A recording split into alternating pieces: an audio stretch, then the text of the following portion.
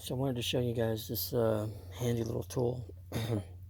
It's a spark tester, and it lets you figure out when you have no ignition spark, and it lets you makes figuring out where the problem is so much easier and quicker. Uh, Normally, this thing would be using this. It's a one-man job. It's super easy, but because of this particular design, it's not necessarily compatible with the ignition coils on this truck, um, or any of the other stuff. It's not necessarily compatible with it. It doesn't mean you can't use it. It's just a little odd. I'll show you real quick what I mean. It ends up turning this into a one-man job into a two-man job. You can't physically. This end just slides on there, and it slides off. Same thing for the other ignition coil, and the other end. Obviously, it's not just this is not going to go in there. So you physically need one person to physically hold that in place, and then connect the other end to your spark plug wire, or the ignition wire. On this case, the ignition wire. So that, I mean, it's not too big of a deal, but that's the only issue with that. But again, say we're testing the ignition coils to see if we're getting spark from them. You would do that and hook this end, these ends together, and then have your partner or helper hold this in place so it doesn't slide off. You go inside your truck and you crank her up. If there's a bulb in there, if you're getting spark, it'll light up. So that eliminates the ignition coils as being the problem.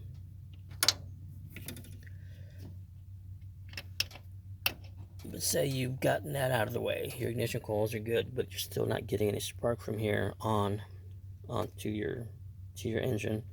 Next step would be to check your wires themselves and plug your ignition wire. One end of this contraption would go to the boot, and the other end to the distributor. Hook those up together. Follow the same process. Turn your ignition on.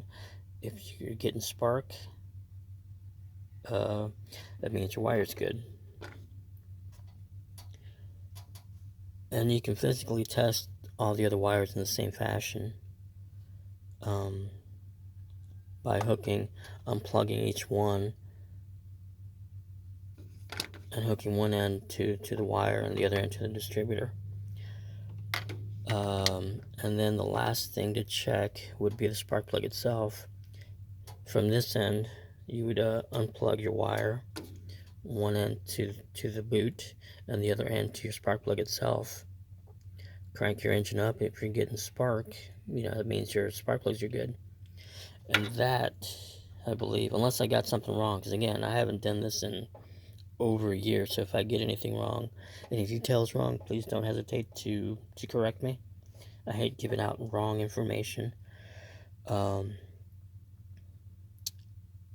But say all these are good, ultimately your ignition coils, your wires, your distributor, and your spark plugs are good, but you're still not getting power, or you're not getting ignition. Yeah, you're just not getting any spark.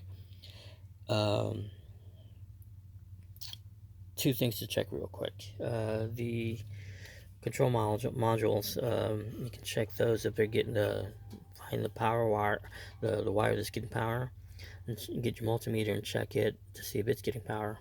And you would do the same thing for your distributor to get that out of the way. Find which one is the power wire, or gets a signal when you turn your ignition on. Check it, and that eliminates those things. But if you're still not getting power from this end, uh, but your control module might still be good, you want to check the wiring harness itself, and it's hidden down here. I believe you can see mine. It's right behind the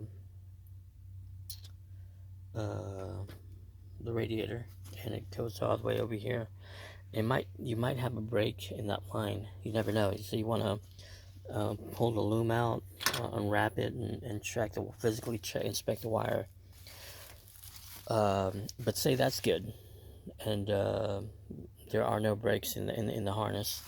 The last thing to check would be your fusible links. The fusible links provide power to everything else. So thick. So you wanna check your fusible links, and you follow the same process. Use your multimeter, set it to 12 volts. The negative to the ground to the negative post on your battery, and the positive you would poke it into the wires down there. And if they're good, you'll get the 12 volt reading on the fusible links. But if they're bad, they provide power to everything else. So if those are bad, that will cause a no crank or no spark situation. So you want to check ultimately check those two. I think that's it. That's about it.